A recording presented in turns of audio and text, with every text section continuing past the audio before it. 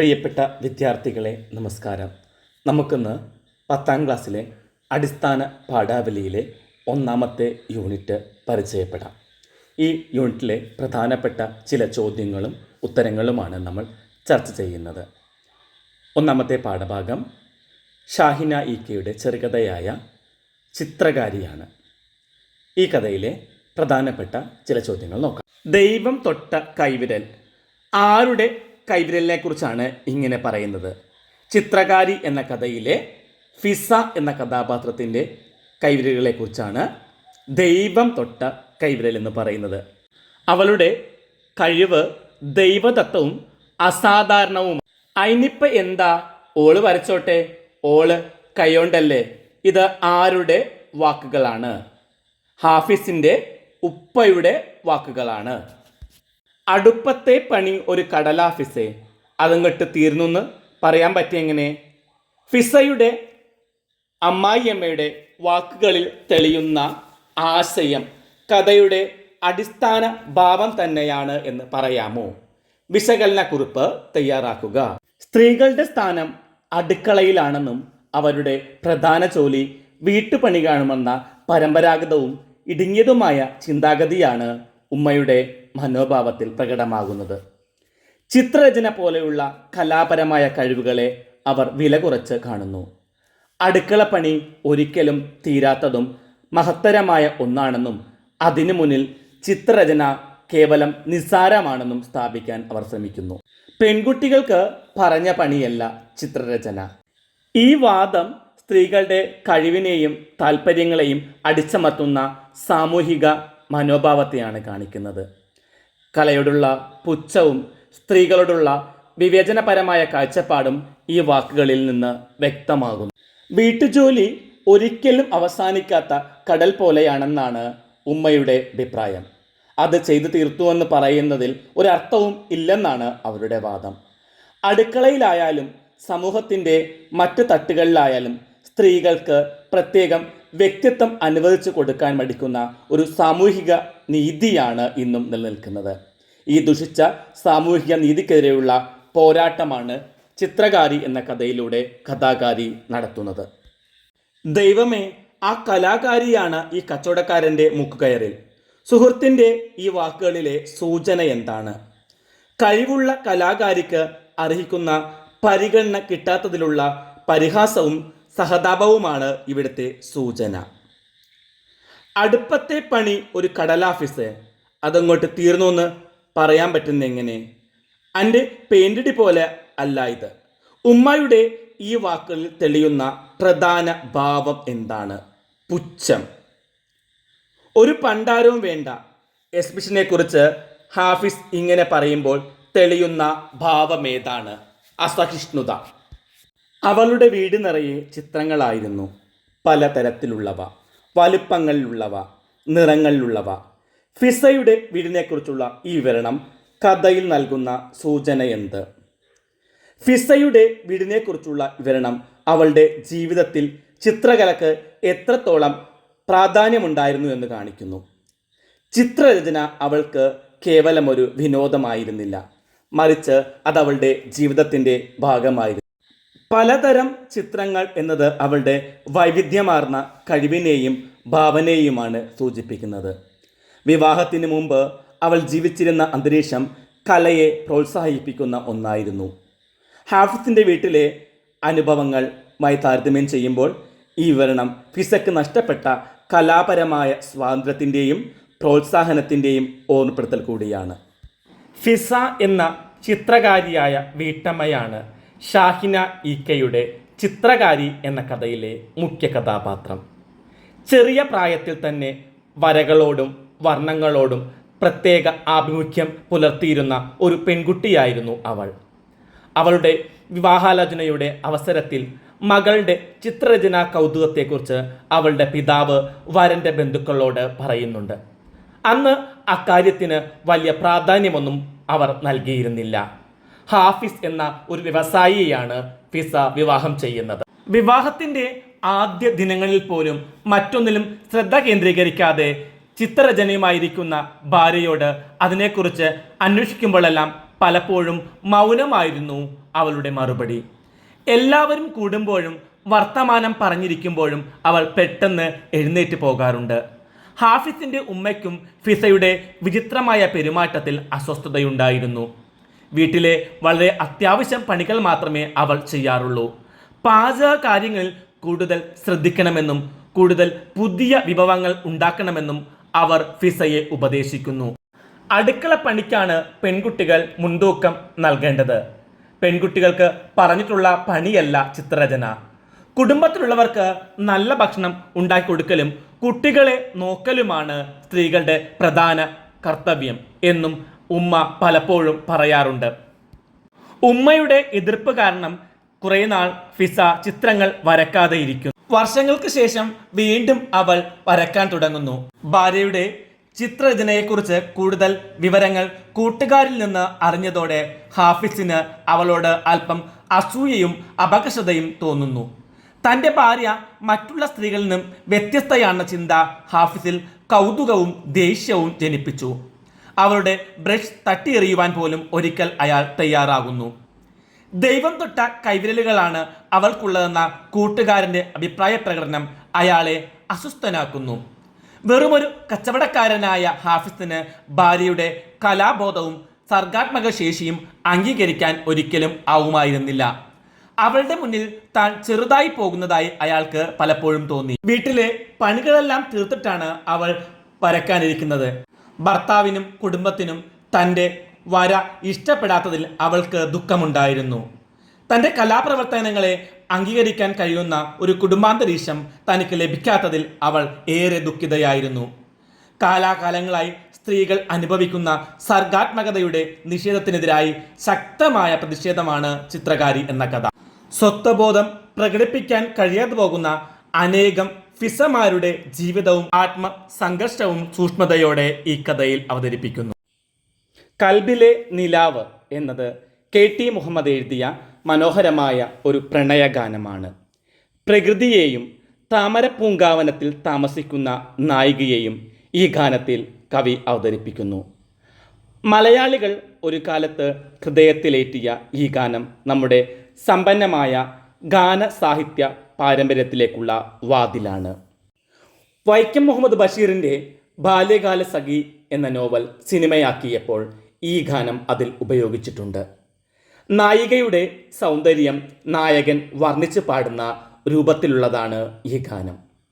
KJ Yesudas പാടിയ ഈ ഗാനത്തിൻ്റെ സംഗീത സംവിധാനം നിർവഹിച്ചത് K. രാഘവനാണ്. താമരപ്പൂക്കൾ ധാരാളമായി വിരിഞ്ഞു നിൽക്കുന്ന പൊയ്കയിൽ താമസിക്കുന്നവളായി കവി തൻ്റെ നായികയെ വർണ്ണിക്കുന്നു. പഞ്ചവർണ്ണ കിളിയെപ്പോലെ ഭംഗിയുള്ളവളാണ് അവൾ. മനോഹരിയായ റാണിയായി കവി അവളെ വിശേഷിപ്പിക്കുന്നു. വമ്പനാണെന്ന ഭാവത്തോടെ വന്ന അമ്പിളിമാമൻ പോലും അവളുടെ അഴക് കണ്ട് അമ്പരന്ന് നിന്നുപോയി. തൻ്റെ പ്രണയിനി അത്രമാത്രം സുന്ദരിയാണ് എന്ന പാട്ടിലൂടെ പറയുകയാണ് കാമുകൻ. നായികയെ കാണാനുള്ള നായകൻ്റെ കാത്തിരിപ്പും ഉത്കണ്ഠയുമാണ് ഗാനത്തിൽ ഭംഗിയായി ആവിഷ്കരിച്ചിരിക്കുന്നത്. താമരപ്പൂങ്കാവനത്തിൽ താമസിക്കുന്ന നായികയെ കാത്തിരുന്ന് അയാളുടെ കാൽ തരിച്ചു പോയതായി നായകൻ പറയുന്നു. കൺമണിയായ അവളെ കാണാൻ അയാളുടെ കണ്ണുകൾ കൊതിച്ചിരിക്കുകയാണ്. പ്രകൃതിയെയും നായികയെയും പരസ്പരം കൂട്ടിയിണക്കിക്കൊണ്ടുള്ള വർണ്ണനകളാണ് ഈ ഗാനത്തിൽ കാണാൻ കഴിയുന്നത്. പഞ്ചവർണ്ണ പൈങ്കിളിയുടെ ശോഭ പങ്കുവെക്കുന്നവളാണ് നായിക എന്ന സങ്കല്പം അതിമനോഹരമായിട്ടുണ്ട്. പൂനിലാവ് വിതറുമ്പോൾ പൂക്കളുടെ റാണിയായി പൂത്തു നിൽക്കുന്നവളാണ് നായിക എന്ന വിവരണത്തിലൂടെ പൂക്കളുടെ സൗന്ദര്യത്തെയും കടന്നു നിൽക്കുന്ന സൗന്ദര്യത്തിൻ്റെ ഉടമയാണ് കാമുകി എന്ന അർത്ഥം ലഭിക്കുന്നു. വമ്പനായി ഉദിച്ചുയർന്ന അമ്പിളിമാമൻ നായികയെ കാണാനിടയായപ്പോൾ അമ്പരന്നു പോയി എന്ന വർണ്ണനയിലൂടെ ഭംഗി ഒന്നു വേറെ തന്നെയാണ്. ലളിതമായ പദപ്രയോഗങ്ങളും നാടൻ ഇണവുമാണ് ഈ ഗാനത്തിൻ്റെ പ്രത്യേകത. യുവതിയോടുള്ള പ്രണയം ഗാനരൂപത്തിൽ അവതരിപ്പിക്കുകയാണ് യുവാവ്. ഇന്നത്തെ പുതിയ കാല ചരിത്ര ഗാനങ്ങളിൽ അർത്ഥമില്ലാത്ത വാക്കുകളുടെ അതിപ്രസരമാണ് കാണാൻ കഴിയുന്നത്. കൽബിലെ നിലാവ് എന്ന ഗാനത്തിൽ പഞ്ചവർണ്ണ പൈങ്കിളിയിൽ പങ്ക് റെങ്കുള്ളോളെ എന്ന് വിശേഷിപ്പിക്കുന്നത് ആരെയാണ്? പൂങ്കാവനത്തിൽ താമസിക്കുന്ന പെൺകുട്ടിയെയാണ് പഞ്ചവർണ്ണ പൈങ്കിളിയിൽ പങ്കുറെങ്കുള്ളോള് എന്ന് വിശേഷിപ്പിക്കുന്നത്. ഗാനത്തിൽ കാത്തിരുന്ന് കാൽ തരിച്ചു പോയത് ആർക്കാണ്? ഗായകനാണ്, അല്ലെങ്കിൽ കാമുകനാണ് കാൽ തരിച്ചു പോയത്. ഗാനത്തിലെ നായിക എവിടെയാണ് താമസിക്കുന്നത്? താമര പൂങ്കാവനത്തിലാണ് നായിക താമസിക്കുന്നത്. അമ്പിളിമാമൻ എപ്പോഴാണ് വമ്പനായി വന്നത്? അന്നൊരു നാളാണ് അമ്പിളിമാമൻ വമ്പനായി വന്നത്. ഗാനരചയിതാവ് തൻ്റെ കൺമണിയെ കാണുവാൻ കാത്തിരുന്നപ്പോൾ എന്താണ് സംഭവിച്ചത്? കാത്തിരുന്ന് കാത്തിരുന്ന് തൻ്റെ കാൽ തരിച്ചു പോയി എന്നും കണ്ണ് കൊതിച്ചു പോയി എന്നും പറയുന്നു. കണ്ണുകളാൽ കൽബുകളിൽ കല്ലെറിയുന്നോളെ എന്ന പ്രയോഗത്തിൻ്റെ ഔചിത്യം പരിശോധിക്കുക. തൻ്റെ നോട്ടം കൊണ്ട് മറ്റുള്ളവരുടെ കൽബുകളിൽ പ്രണയമോ അനുരാഗമോ ആകർഷണമോ ഉണ്ടാക്കുന്നവളെ എന്നാണ് ഈ പ്രയോഗം അർത്ഥമാക്കുന്നത്. നോട്ടം കൊണ്ട് തന്നെ ഹൃദയത്തിൽ ചലനങ്ങൾ ഉണ്ടാക്കുവാൻ കഴിവുള്ളവൾ എന്നർത്ഥം. കല്ലെറിയുന്നത് ഒരു ചലനമുണ്ടാക്കൽ. ഇവിടെ നോട്ടം ഹൃദയത്തിൻ്റെ ഒരു ഇളക്കം ഉണ്ടാക്കുന്നു.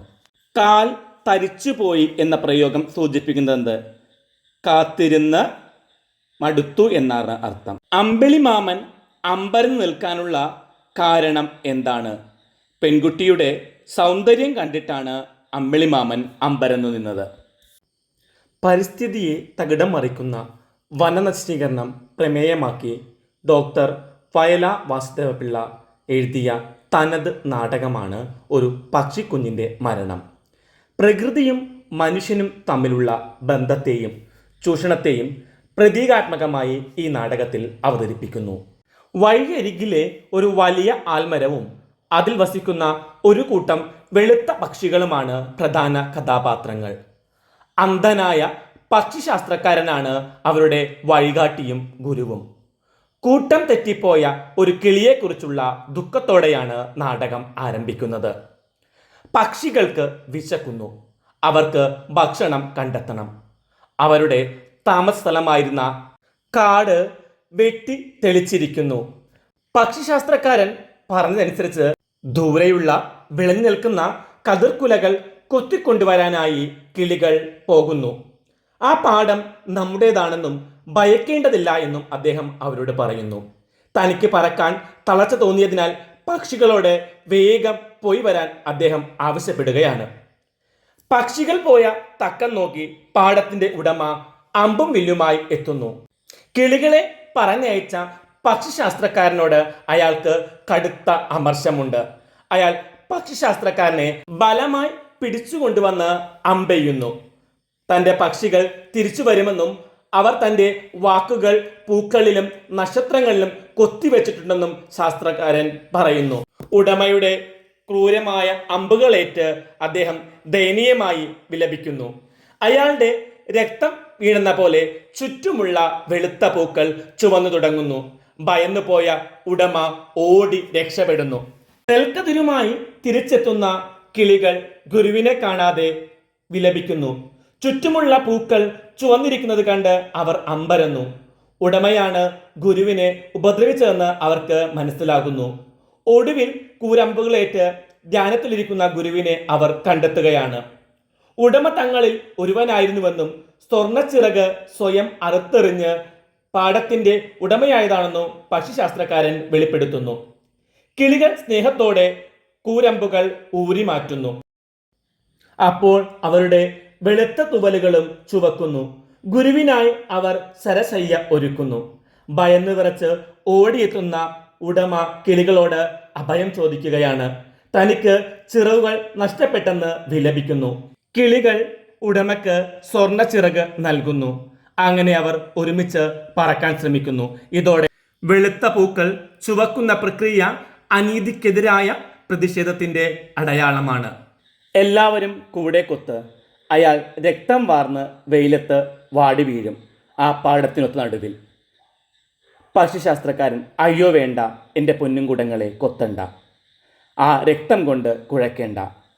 ഇവിടെ തെളിയുന്ന ജീവിത സന്ദേശം എന്താണ്? വർഗവഞ്ചകനായി ചിറക് സ്വയം അരിഞ്ഞ് കടന്നുകളയുകയും ഒടുവിൽ മൃഗമായി മാറുകയും ചെയ്ത ഉടമയെ കൊത്തിക്കൊല്ലണമെന്നാണ് മറ്റു കിളികൾ പറയുമ്പോൾ പക്ഷിശാസ്ത്രകാരൻ അവരെ തടയുന്നു. ഒരിക്കൽ നമ്മുടെ ഭാഗമായിരുന്ന ഒരുവനെ നാം ശിക്ഷിക്കാൻ പാടില്ല. നമ്മുടെ ധർമ്മശാസ്ത്രം ശാന്തിയുടേതാണ്. മറ്റൊരാളുടെ രക്തം നാം കാരണം ഒരിക്കലും ഒഴുകാൻ പാടില്ല. മറ്റുള്ളവരുടെ തെറ്റ് പുറത്തു കൊടുക്കുന്നതാണ് നമ്മുടെ പാരമ്പര്യം. അന്തിച്ചോപ്പ് കാണുന്നതിന് മുമ്പ് കൂടെത്തണം. ഇവിടുത്തെ സമയ സൂചന ഏതാണ്? സായാഹ്നം. എൻ്റെ കണ്ണ് തെറ്റിയപ്പോൾ എല്ലാം തീർന്നു. കണ്ണ് തെറ്റുക എന്ന പ്രയോഗത്തിൻ്റെ അർത്ഥം എന്താണ്? ശ്രദ്ധ മാറിയപ്പോൾ എന്നാണ് ആ വാക്കിൻ്റെ അർത്ഥം. എങ്കിൽ തളരാതെ പറന്നുയിരിൻ, കുഞ്ഞു ചിറക് വിടർത്തിപ്പോകിൻ, പെരുവഴികളാണെങ്കിലും ഒന്നിച്ചു പറക്കൂ. ആശയം നൽകുന്ന സൂചന എന്ത്? പ്രതിബന്ധങ്ങളെ മറികടന്നാലേ ലക്ഷ്യത്തിലെത്താൻ സാധിക്കൂ. ജീവിതയാത്രയിൽ പ്രതിസന്ധികൾ ഉണ്ടാകാം, പക്ഷേ തളരാതെ ആത്മവിശ്വാസത്തിൻ്റെ ചിറകിൽ പറന്നുയരാൻ കഴിയണം. അതുപോലെ ഒരുമയോടെ നിൽക്കേണ്ടതിൻ്റെ പ്രാധാന്യവും പക്ഷിശാസ്ത്രകാരൻ ഈ വാക്കുകളിൽ പറയുന്നുണ്ട്. ഈ നാടകത്തിലെ പക്ഷിശാസ്ത്രകാരൻ എന്തിൻ്റെ പ്രതീകമാണ്? ചവിട്ടിമെതിക്കപ്പെട്ടവരുടെയും പാർശ്വവൽക്കരിക്കപ്പെട്ടവരുടെയും അവഗണിക്കപ്പെട്ടവരുടെയും പ്രതിനിധിയാണ് പക്ഷിശാസ്ത്രകാരൻ. അദ്ദേഹം അവർക്ക് രക്ഷാമാർഗം ഉപദേശിച്ചു കൊടുക്കുന്ന ആളായിട്ടാണ് നാടകത്തിൽ പ്രത്യക്ഷപ്പെടുന്നത്. പ്രകൃതിയുടെ മനോഹാരിതകളിലും കുളിർമയിലും ശാന്തിയിലും മറ്റു ജീവിച്ചിരുന്നവർക്ക് പെട്ടെന്നാണ് പ്രകൃതിയെ വേട്ടയാടുന്നവരെ ഭയന്ന് ഒളിച്ചോടാൻ തുടങ്ങുന്നത്. ഇത്തരം വേട്ടയാടലുകളിൽ കർമ്മവീര്യം ചോരാതെ വേട്ടക്കാർക്കെതിരെ പോരാടാനും വേട്ടക്കാർക്ക് ധൈര്യം നൽകുന്ന മുതലാളിത്ത വ്യവസ്ഥിതിയെ തച്ചു തകർക്കാനുമുള്ള ആഹ്വാനം പക്ഷിശാസ്ത്രകാരൻ നൽകുന്നുണ്ട്. ഒടുവിൽ തങ്ങളുടെ ഇടയിൽ നിന്നും പിരിഞ്ഞുപോയി വർഗവഞ്ചകനും മുതലാളിയുമായി മാറിയ വ്യക്തിയെ തിരികെ കൊണ്ടുവരാനും പക്ഷിശാസ്ത്രകാരന് കഴിയുന്നു. നാടകത്തിലെ ഉടമ എന്ന കഥാപാത്രത്തെക്കുറിച്ച് കുറിപ്പ് തയ്യാറാക്കുക. കരിങ്കാലിയായ വർഗവഞ്ചകന്റെ പ്രതിനിധിയാണ് ഉടമ.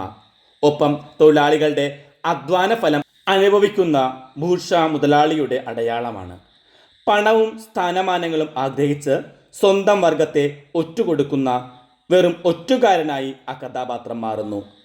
അയാൾ അനധികൃതമായി നേടിയതെല്ലാം അർഹതപ്പെട്ടവർ തിരിച്ചെടുത്തപ്പോൾ അയാൾക്ക് ബോധോദയമുണ്ടാകുന്നു. ഒടുവിൽ പഴയ അഭയകേന്ദ്രത്തിലേക്ക് തന്നെ മടങ്ങിയെത്തുന്നു. ഉടമ ശരിയായ പ്രായോഗിക രാഷ്ട്രീയത്തിൻ്റെ പ്രതിനിധിയാണ്. ഈ മലയോരത്ത് കെണിവെക്കുന്നതാര്? നോക്കത്താത്ത നീലിമയാർന്ന വനം. പക്ഷിശാസ്ത്രകാരൻ്റെ ഈ വാക്കുകളിൽ അന്നത്തെ പ്രകൃതിയെക്കുറിച്ച് എന്തെല്ലാം സൂചനയാണ് ഉള്ളത്? മനുഷ്യൻ്റെ കടന്നുകയറ്റം അധികമില്ലാത്ത വിശാലവും സുരക്ഷിതവുമായ ഒരു പ്രകൃതിയെയാണ് ഈ വാക്കുകളിൽ സൂചിപ്പിക്കുന്നത്. പക്ഷികൾക്ക് യഥേഷ്ടം അവിടെ ഭയമില്ലാതെ സഞ്ചരിക്കാൻ കഴിയുമായിരുന്നു. എന്നാൽ നാടകത്തിൻ്റെ അവസാനത്തിൽ ഈ അവസ്ഥയ്ക്ക് മാറ്റം വരുന്നുണ്ട്. ചൂഷണത്തിൻ്റെ കടന്നുവരവിനെയാണ് ഈ മാറ്റം സൂചിപ്പിക്കുന്നത്. ഒന്നാമത്തെ യൂണിറ്റിലെ പാഠങ്ങളിലെ പ്രധാനപ്പെട്ട ചില ചോദ്യോത്തരങ്ങളാണ് പറഞ്ഞു തന്നത്. എല്ലാവരും നന്നായി പഠിക്കുക. പരീക്ഷയിൽ നല്ല മാർക്കോടെ ജയിക്കാൻ പ്രാർത്ഥനയോടെ നിർത്തുന്നു.